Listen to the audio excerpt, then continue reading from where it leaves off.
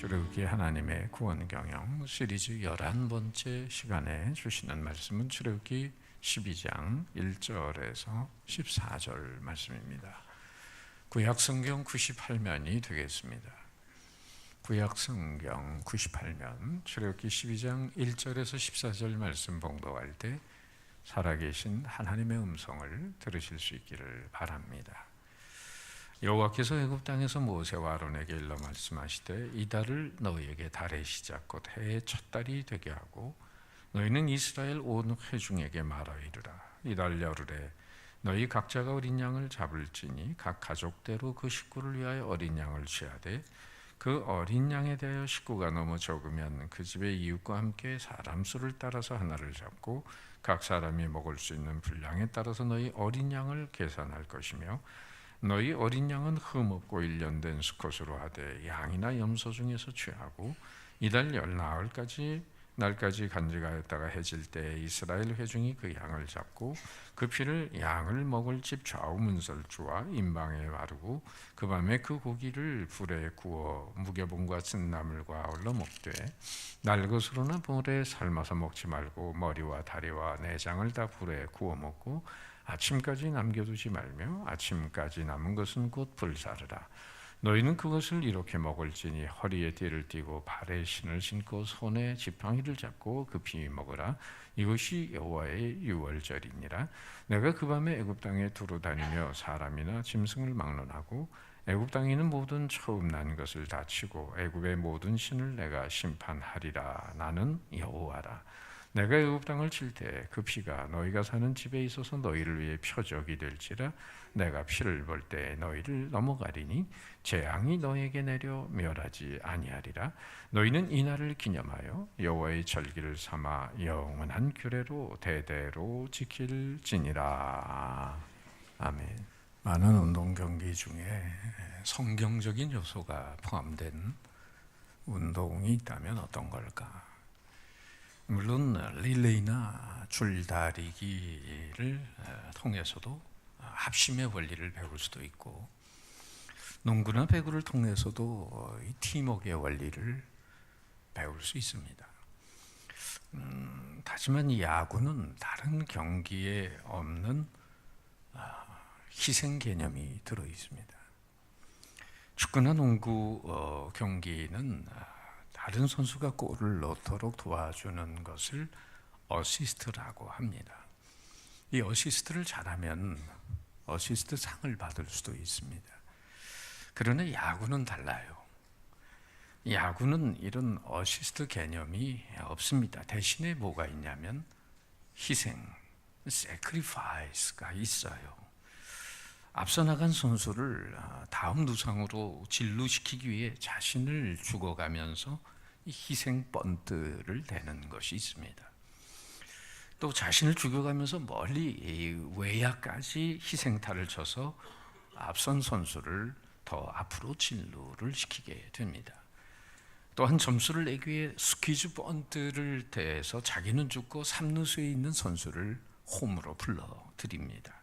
그래서 자기 팀을 승리하게 만드는 겁니다. 이 희생 번트나 희생타를 치는 것은 시시한 일이 아니죠. 희생타를 많이 친 선수는 희생타 상이라는 건 없지만은 그러나 감독에게 칭찬을 받을 수는 있습니다. 왜 그럴까? 남을 살리기 때문이죠. 그리고 팀 전체를 살릴 수 있기 때문이에요. 바로 이 기독교는 sacrifice, 이 희생의 개념에서 출발합니다. 누군가 희생을 통해 전체가 사는 것이 이 성경적인 원리요. 누군가 죽어야 모두가 사는 것이 이 기독교의 원리라고 하는 것입니다.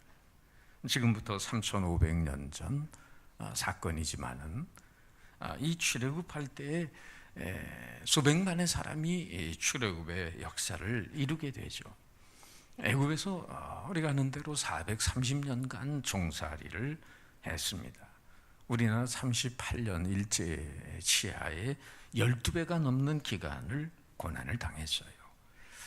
애굽 왕 바로는 그 이스라엘 백성을 노예로 부려먹었습니다. 그리고 사내 아이가 태어나면 나일강에 던져서 아고밥이 되게 했습니다. 그런 가운데 여호와 하나님께서는 이스라엘 백성들을 구원하기 위해 재앙을 그 땅에 내리게 되었어요. 9번의 재앙을 내렸음에도 불구하고 바로의 마음은 변하지 않았습니다. 드디어 하나님은 최후의 재앙을 그 땅에 내리기로 작정하셨죠. 1월 14일 밤 전 애굽 땅에 10번째 재앙이 내리게 되는데, 동물이나 사람의 처음 난 것은 다 죽도록 하는 재앙입니다. 그러나 이스라엘 백성들은 집집마다 양을 잡아서 그 피를 바로 출입문의 좌우 문설주와 임방에 바르도록 해서 이 죽음의 사신이 넘어가서 재앙을 당하지 않게 했습니다. 이 말씀을 듣고 순종한 집은 죽음의 사신이 뛰어넘어갔다, 그대로 넘어갔다 해서 영어로 패스오버라는 단어를 쓰게 됩니다. 어린 양의 피를 바른 집은 누구든 생명이 보존이 됐습니다. 그 피는 바로 희생의 피였던 거죠. 반면에 불순종한 그런 집들은 그 집의 장자와 짐승의 처음 것이 다 죽임을 당했어. 이것이 바로 유월절 사건입니다. 그 후에 하나님은 이 유월절을 대대로 지킬 것을 이스라엘 민족에게 명하면서 오늘 14절에 이런 말씀을 하시죠. 같이 읽어볼까요? 너희는 이 날을 기념하여 여호와의 절기를 삼아 영원한 규례로 대대에 지킬지니라. 3500년이 지났어도 지금 현재 이스라엘은 지금도 이 유월절을 우리나라 8.15처럼 지키고 있는 것이죠. 자, 여러분, 이 말은 무슨 말입니까? 한마디로 희생탈을 친 사건을 기념하라는 거죠. 어린 양이 희생탈을 침으로 말미암아 구원받은 이스라엘 백성들이 매년마다 정해진 날짜에 이 구원의 감격을 되살려라 하는 얘기입니다. 중요한 사실은 이 유월절의 영적 의미를 깨닫는 것입니다. 여러분, 유월절은 이스라엘의 역사 속에만 있는 얘기야 라고 우리가 취급을 해버린다면 그것은 큰 오산입니다. 하나님을 믿는 우리에게도 바로 유월절이 있습니다. 여러분, 고린도전서 5장 7절에 바울은 이렇게 말하죠. 우리의 유월절 양, 곧 그리스도께서 희생이 되셨느니라. 무슨 말이죠? 어린 양과 같이 예수님께서 온 인류를 위해 희생탈을 치셨다는 것입니다. 모든 사람을 위해 희생탈을 치신 거예요. 유월절 어린 양이 이스라엘 백성들을 위해 희생당한 것처럼 예수님은 우리 죄를 대신하기 위해 이 땅에 오셔서 십자가에서 희생당하셨습니다. 2000년 전 예수님 십자가 사건을 앞에 두고 바로 그 당시에도 이 출애굽의 과정에서 생겨난 유월절을 지키는 그 타이밍에 맞춰서 예수님은 예루살렘에 희생이 되기 위해 올라오셨습니다. 그러니까 유월절 전날이 되면 예루살렘 성전에서 양을 잡는 희생 제사가 진행이 되는데 오전 9시에 예수님 십자가에 달린 시간이죠. 오전 9시에 양을 준비한 다음에 긴 예배를 드리고 오후 3시에 양을 잡습니다. 그런데 같은 시간에 예루살렘의 갈보리 산에서 또 하나의 어린 양이 죽어가고 있었습니다. 바로 유월절 어린 양 예수님이십니다. 성전의 무거운 해머로 양의 머리를 칠 때 갈보리 산에 예수님도 창의 옆구리를 찔렸습니다. 성전에서 양이 큰 소리로 비명을 지르며 죽어갈 때 예수님도 엘리 엘리 라마 사박다니, 나의 하나님 어찌하여 나를 버리시나이까. 이 울부짖음 속에 예수님은 십자가에서 운명하십니다. 바로 예수님은 유월절 어린 양이셨습니다. 이스라엘 백성이 어린 양의 피로 죽음에서 넘어간 것처럼 저와 여러분도 예수님의 피로 사망의 권세가 넘어가게 된 줄 믿습니다. 여러분, 모든 복음의 메시지가 이 진리 위에 서 있는 거예요.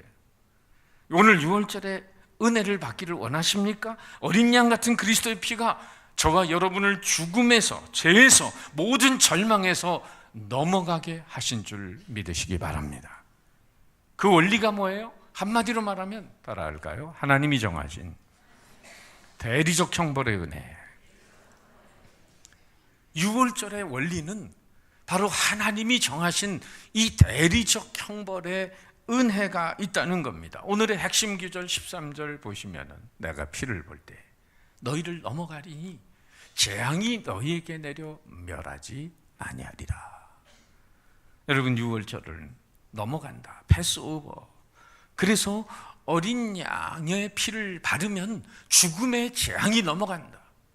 오늘날도 예수의 피를 심장에 바른 사람들은 바로 우리의 죽음이 다가올 때도 여러분 사망 권세를 이기면서 우리의 영혼이 하늘나라 천국에 들어가고 부활의 영광에 동참한다는 사실을 믿으시기 바랍니다. 그러니까 유월절 원리는 철저하게 무엇에 기초하고 있냐면은 전적으로 하나님의 은혜에 기초하고 있어요. 은혜가 뭡니까? 아무것도 한 것이 없는데 자비를 얻었다는 것, 받을 자격이 없는데 호의를 입었다는 것, 갚을 길이 없는데 큰 사랑을 받았다는 거죠. 생각해보세요. 애굽에 있던 이스라엘 백성들이 그 마지막 장자, 장자가 죽는다는 것은 대표적으로 죽는 거기 때문에 사실은 모두가 죽는다는 의미가 있는 거예요. 그런데 그 죽음의 재앙에서 이길 수 있었던 것, 살아날 수 있었던 것은 뭡니까? 이스라엘 백성들이 애굽 백성보다 더 착해서 그런가요? 애굽 사람들이 죄를 짓는데 이스라엘 백성들은 죄를 안 지었을까요? 아니죠. 단 한 가지 이유, 어린 양이 대신 죽었기 때문에. 어린 양이 대신 죽어 그 피를 문에 발랐기 때문이죠. 다른 이유는 없어요. 자신의 공로나 선한 행위 때문이 아니라 양이 대신 주고 그 피를 흘렸기 때문입니다. 성경은 이것을 은혜라고 부릅니다. 여러분, 불교에는 은혜라는 용어가 없습니다. 그러니까 자신이 지은 죄를 그것을 없이 하기 위해서는 단지 공적을 쌓아야 한다고 가르칩니다. 그리고 살고 죽고 살고 죽고 수없이 윤회를 해야 한다고 하죠. 누가 죄를 대신한다는 말이 없습니다.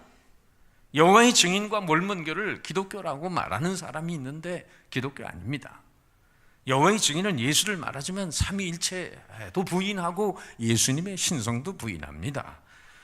또 믿음을 말하지만은 은혜로 얻는 믿음이 아니라 자신의 노력으로 얻는 믿음입니다. 몰몬교 사람들은 그래서 일정한 수의 전도를 위해 반드시 외국에 나가서 가가호 방문을 해야만 이 사람들이 구원을 받게 된다는 생각을 가지고 있어요.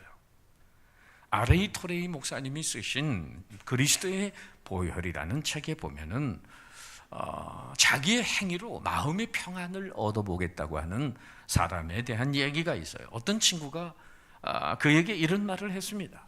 예수님 믿는 친구죠. 자네의 종교는 두 글자 종교이지만은 나의 종교는 네 글자 종교라네. 그게 무슨 뜻이야? 라고 말할 때 믿는 친구가 이렇게 풀어서 이야기해 줬습니다. 자네 종교는 영어로 두 종교, 자기 노력으로 행한다는 거고, 나의 종교는 영어로 D-O-N-E, done, 이미 이루어진 것, 남의 노력으로 되어진 것이다. 자네는 자기의 행함으로써 평화를 얻으려고 하지만은 나는 그리스도께서 이미 성취한 그 일에서 평화를 얻었다네. 할렐루야. 여러분, 기독교와 다종교, 성경적 기독교와 이단, 사이비적 기독교와 다른 것은 바로 이 은혜입니다. 은혜는 나의 행위를 필요하긴 하지만은 나의 행위가 구원을 결정하는 것이 아닙니다. 필립 얀시는 은혜에 대해서 이런 말을 하셨어요. 은혜란 하나님의 사랑을 더 받기 위해 우리가 할 수 있는 일이 없다는 뜻이며, 또한 우리가 무엇을 해도 하나님의 사랑을 약화시킬 수 없다는 뜻이다. 그러면 여러분, 은혜의 핵심, 은혜의 골자는 뭘까요? 기독교에서 말하는 그 은혜의 핵심과 골자는 뭐냐? 장자 마지막 재앙에서 구원받는 조건은 이스라엘 백성이냐 애굽 백성이냐 이게 아니었습니다. 오히려 어느 집이든지 간에 문설주에 그리고 임방에 피를 발랐느냐. 그래서 이렇게 되는 거죠. 어린 양의 피를 집 좌우 문설주와 임방에 발라라. 그러면 이 사망의 권세가 넘어가리라. 패스 오버, 죽음에서 넘어가고 살아나리라. 이 말씀을 여러분 신뢰하고 순종하느냐? 제가 말씀 준비하다 보니까 여기 그림에도 나오지만은 좌우 문설주는 이렇게 수직으로 된 거고 임방은 지금 그 옆으로 된 거예요. 말씀 준비하다 보니까 이 수직과 수평이 피를 발랐다는 거 합쳐지니까 이게 십자가더군요. 말씀 준비하다가 비밀을 하나를 알았어요. 여기 십자가가 있구나. 여러분, 이 말씀을 신뢰하고 순종하느냐 순종하지 않느냐에 따라서 구원이 결정이 돼요. 새로운 인생에 참여하는 건 이스라엘 사람인가 애굽 사람인가 이런 문제와 상관이 없어요. 믿고 순종하는가의 문제로 결정이 됩니다. 13절 우리 다시 한번 같이 읽어봅니다. 시작.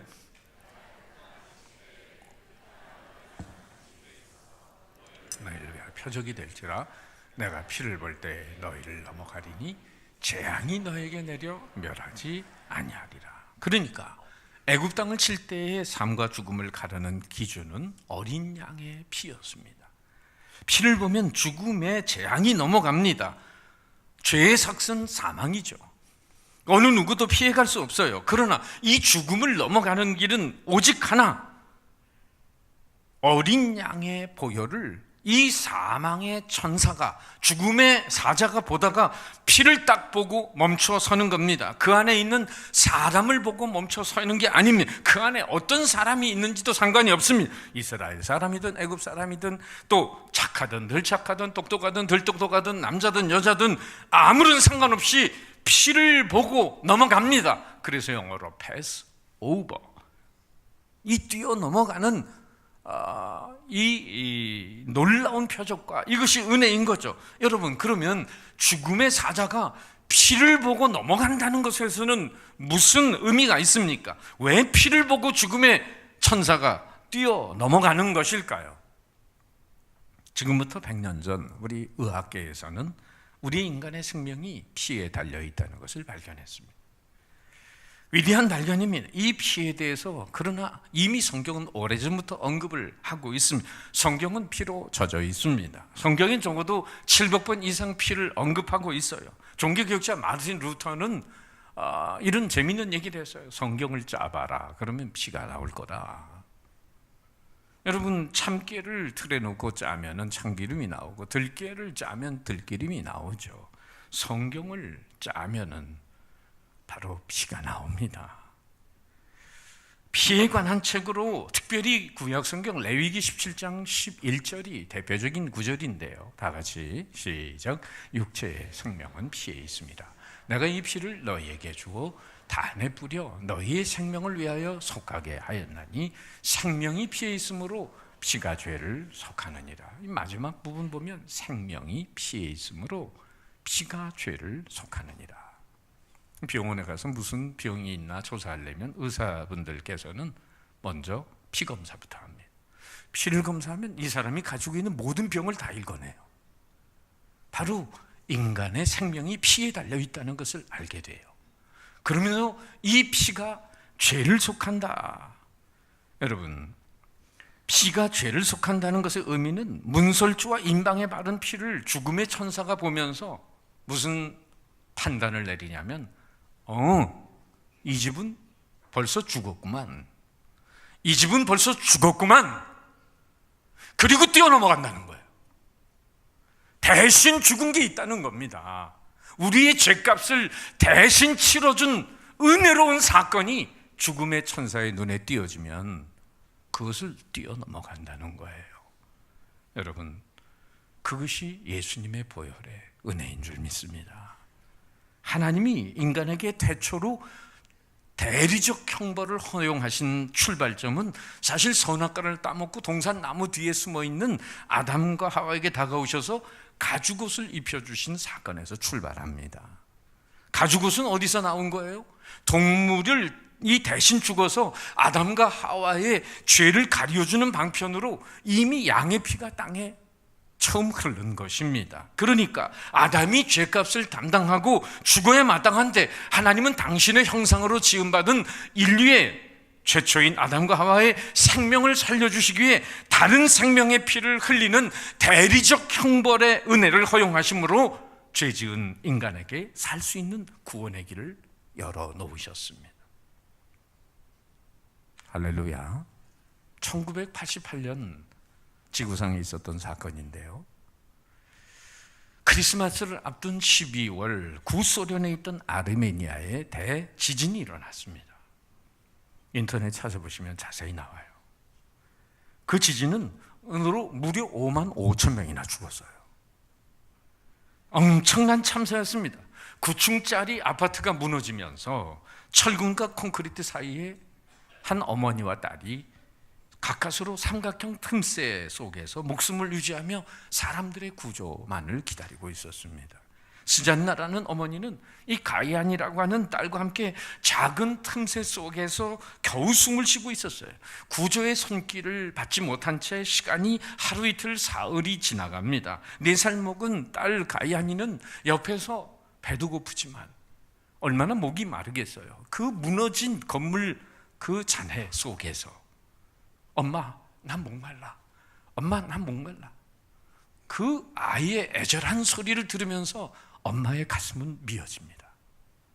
그러면서 이 아이를 위해서 도와줄 방법이 뭔가 그렇게 고민을 하는데 한순간 떠오른 게 있어요. 텔레비전에서 조난당한 사람들이 먹을 것 마실 것이 없을 때 피를 나누어 마시던 광경이 떠올랐습니다.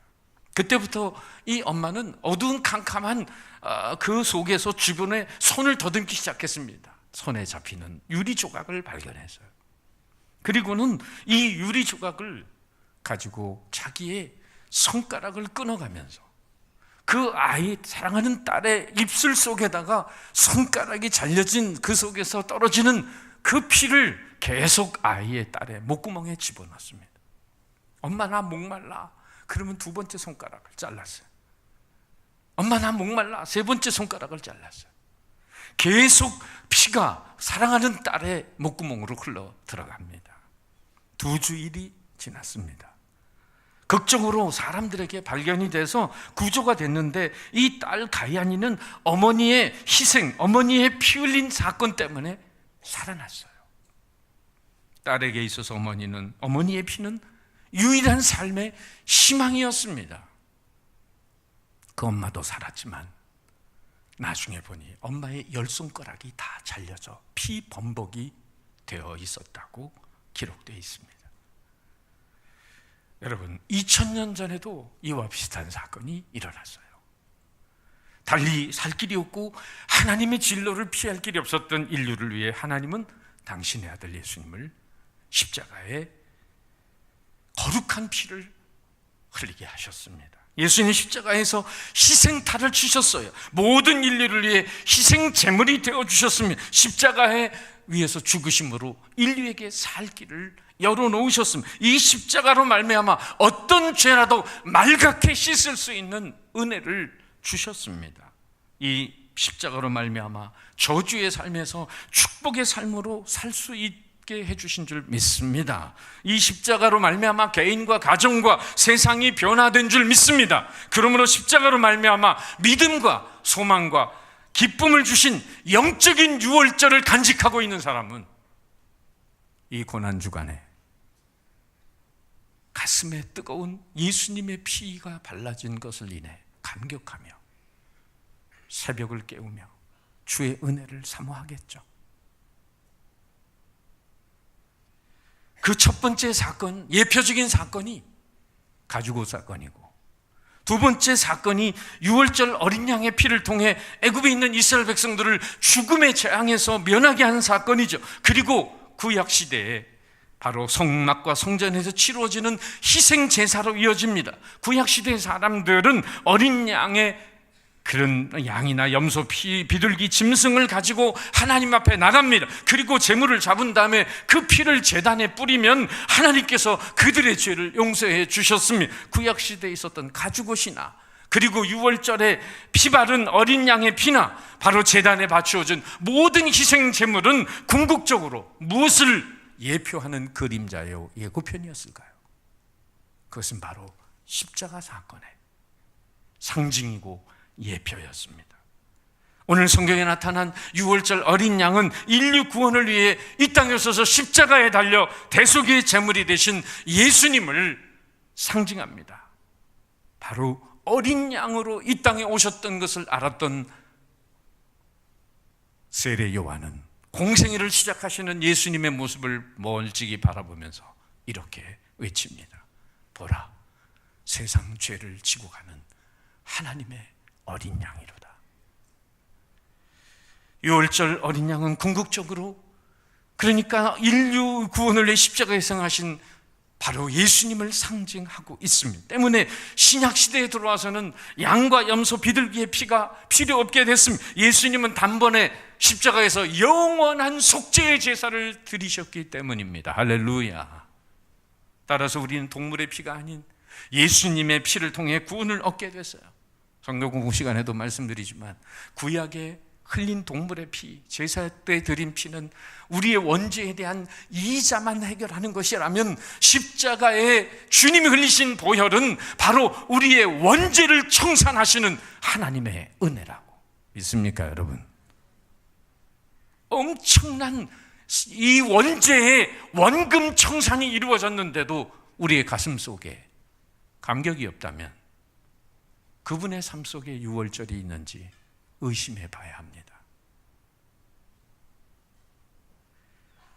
예수님의 보혈은 인류를 구원할 수 있는 능력이 있습니다. 그래서 사도 베드로는 이렇게 말합니다. 다 같이 읽습니다. 시작. 너희가 알거니와 너희 조상이 물려준 못된 헛된 행실에서 대속함을 받은 것은 은이나 금이 같이 없어질 거로 된 것이 아니요 오직 흠 없고 점 없는 어린 양 같은 그리스도의 보배로운 피로 된 것이니라. 여러분, 기독교는 피의 종교입니다. 아이러니컬하게도 예수님을 믿는다고 하는 그리스도인들이 보혈의 능력을 알지 못합니다.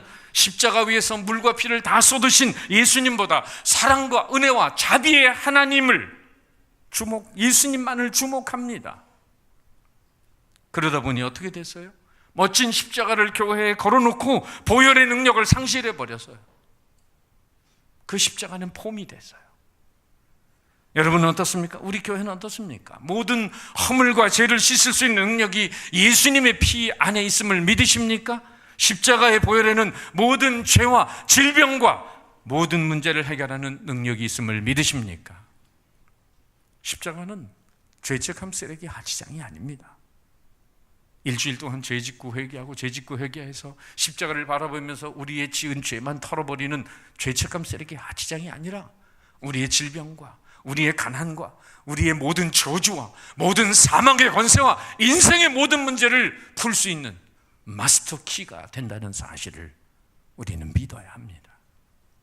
따라서 유월절 어린 양 대신 예수님의 십자가가 빠진 교회는 교회가 아니라 소셜 클럽입니다.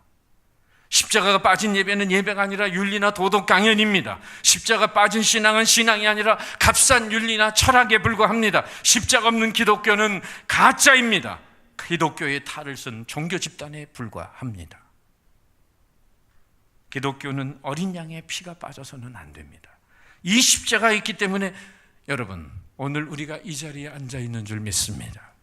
야구 선수가 희생타를 치듯이 예수님께서 십자가에서 온 인류를 위해 자신의 몸을 제물로 바치면서 희생타를 치셨기 때문에 성소와 지성소 사이에 가로막힌 휘장이 찢어지면서 우리가 이 지성소까지 나갈 수 있는 왕같은 제사장이 되어 오늘도 이 자리에서 감격적인 예배를 드릴 수 있는 줄 믿습니다. 따라서 첫 번째 유월절 사건은 무엇보다 이스라엘 하나님의 백성으로 하여금 새로운 출발이 되게 한 사건이었어요. 그래서 하나님은 모세와 아론에게 1절 2절에 이렇게 말씀하십니다. 여호와께서 애굽 땅에서 모세와 아론에게 일러 말씀하시되 이 달을 너희에게 달의 시작 곧 해의 첫 달이 되게 하고 유월절이 일어났던 이 달을 첫 달로 만들어라. 이전까지 유대인들도 태양력을 썼습니다. 우리가 쓰는 그러나 6월절을 계기로 그들의 달력은 바뀝니다. 우리로 치자면 3, 4월 봄철로 1월에 새 달력이 작성됩니다. 일달을 아비벌 혹은 니산월이라고 불렀습니다. 달력이 바뀌었다는 것은 삶의 기반과 출발점이 새로워졌다는 것입니다. 기준이 바뀌고 가치관이 바뀌고, 그리고 자신들의 역사와 기준을 6월절을 기준으로 해서 모든 것이 이스라엘은 바뀌게 됩니다.